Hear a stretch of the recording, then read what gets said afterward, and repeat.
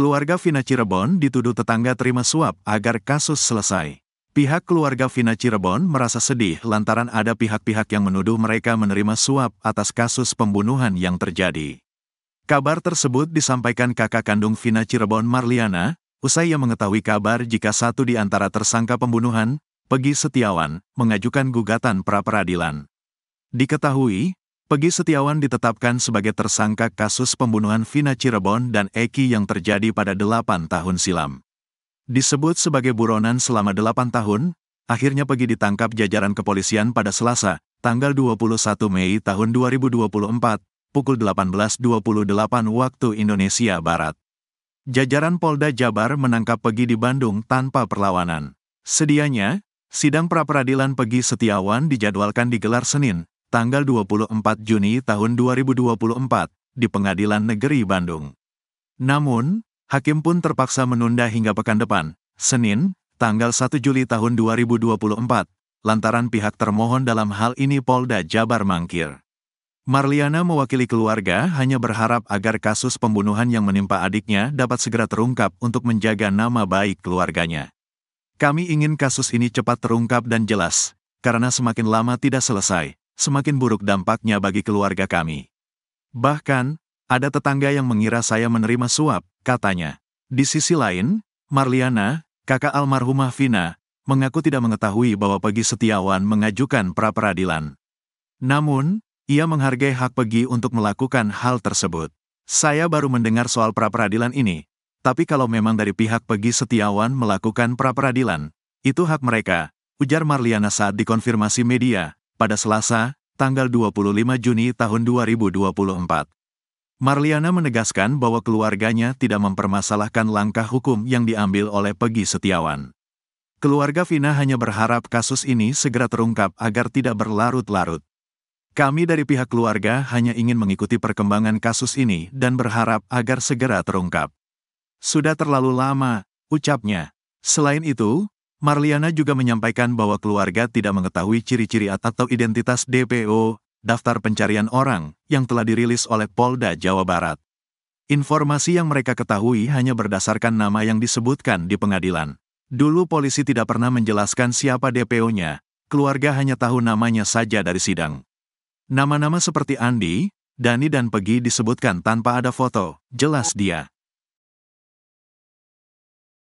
Pak RT Pasren terancam dilaporkan polisi diduga beri kesaksian palsu. Pak RT terancam dilaporkan keluarga terpidana kasus pembunuhan Vina Cirebon dan Eki di Cirebon ke polisi, lantaran diduga memberi kesaksian palsu. Diketahui, Vina adalah gadis 16 tahun asal Kampung Samadikun, Kecamatan Kejaksan, Kota Cirebon, Jawa Barat, yang tewas bersama kekasihnya, Eki, di Jalan Raya Talu, Kecamatan Talun, Kabupaten Cirebon, Jawa Barat pada Sabtu tanggal 27 Agustus tahun 2016. Keduanya menjadi korban penganiayaan geng motor. Tak main-main, keluarga para terpidana kasus Vina Cirebon tersebut berencana melaporkan Pak RT ke Mabes Polri.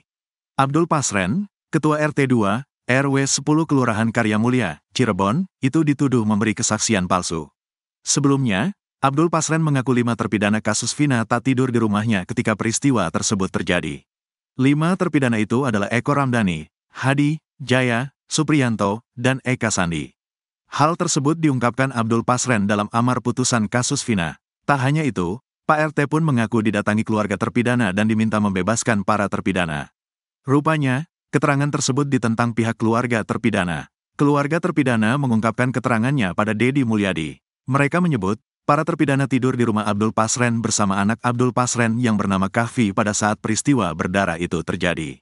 Yakin saya, Pak, kami tidur di rumah Pak RT, sama anak Pak RT-nya juga si Kahfi, kata salah satu saksi, Teguh, Minggu, tanggal 23 Juni tahun 2024.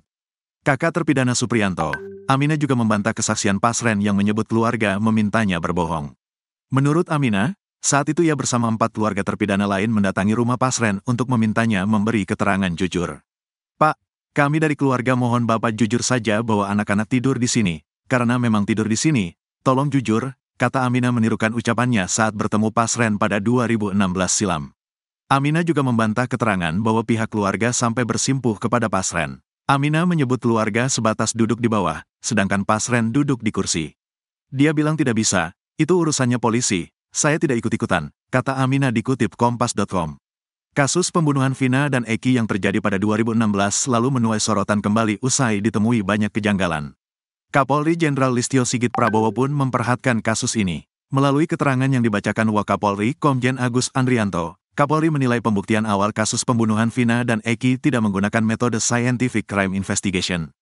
Pada kasus pembunuhan Vina dan Eki, pembuktian awal tidak didukung dengan scientific crime investigation, kata Listio dalam keterangan yang dibacakan Wakapolri, Kamis, 20/6. Di sisi lain, kuasa hukum Peggy Setiawan menduga ada siasat jahat dari penyidik Polda Jabar sehingga mereka tak hadir sidang pra-peradilan atas kasus pembunuhan Vina Cirebon dan Eki.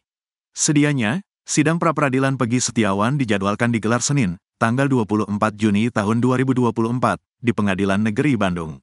Namun, hakim pun terpaksa menunda hingga pekan depan, Senin, tanggal 1 Juli tahun 2024, lantaran pihak termohon dalam hal ini Polda Jabar mangkir. Diketahui, Peggy Setiawan ditetapkan sebagai tersangka kasus pembunuhan Vina Cirebon dan Eki yang terjadi pada 8 tahun silam. Disebut sebagai buronan selama 8 tahun, akhirnya Peggy ditangkap jajaran kepolisian pada Selasa, tanggal 21 Mei tahun 2024, pukul 18.28 waktu Indonesia Barat. Jajaran Polda Jabar menangkap Peggy di Bandung tanpa perlawanan. Mengetahui hal tersebut, tim kuasa hukum Peggy Setiawan membongkar dugaan siasat jahat dari para penyidik Polda Jabar tersebut. Satu di antara tim kuasa hukum Peggy, Niko Kili-Kili menduga, jika Polda Jawa Barat sengaja tak hadir agar sidang pra-peradilan yang diinginkan Peggy Setiawan gugur. Kami sangat kecewa dengan kejadian ini. Padahal kami berharap Polda Jawa Barat hadir di hari ini, ucapnya dilihat tribunnewsbogor.com dari Live Kompas TV, Senin, tanggal 24 Juni tahun 2024. Kami menduga ini ada unsur kesengajaan, agar kasus ini P21 sehingga pra-peradilan ini digugurkan, tambahnya. Menyikapi tak hadirnya Polda Jawa Barat dalam sidang pra-peradilan ini, Niko Kili-Kili meminta jaksa objektif. Kami meminta jaksa objektif dalam melihat perkara ini. Biarkanlah sampai putusan pra-peradilan ini selesai, baru dilanjutkan, tegasnya. Ketua RT Abdullah Pasren, saksi kasus Vina dan Eki Cirebon, kini menghilang.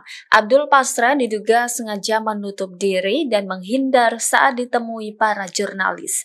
Adapun Abdul diyakini menampung 5 terpidana kasus Vina untuk beristirahat di rumahnya saat peristiwa pembunuhan terjadi pada 2016 silam. Di sisi lain, anak kandung Pak RT Pasren keceplosan mengungkap cerita pada 2016 silam. Hal itu disampaikan anak Abdul saat rumahnya didatangi awak media. Awalnya jurnalis Abraham Silaban mendatangi rumah Abdul Pasren dan meminta izin untuk menggali keterangan dari Abdul Pasren. Namun seorang perempuan yang mengaku sebagai anak Abdul Pasren itu menyebut sang ketua RT sedang tidak ada di rumah. Perempuan itu meminta awak media untuk menanyakan kasus Vina Cirebon langsung ke Polres Cirebon. Ia juga melanjutkan jika pihaknya tidak bisa memberikan keterangan apapun dalam kasus pembunuhan Vina dan Eki. Tapi Abraham Silaban, jurnalis yang mendatangi rumah PRT, tidak menyerah begitu saja. Ia lalu menanyakan terkait pengakuan 5 terpidana kasus Vina Cirebon yang mengaku nongkrong di rumah ketua RT saat malam tewasnya Vina dan Eki.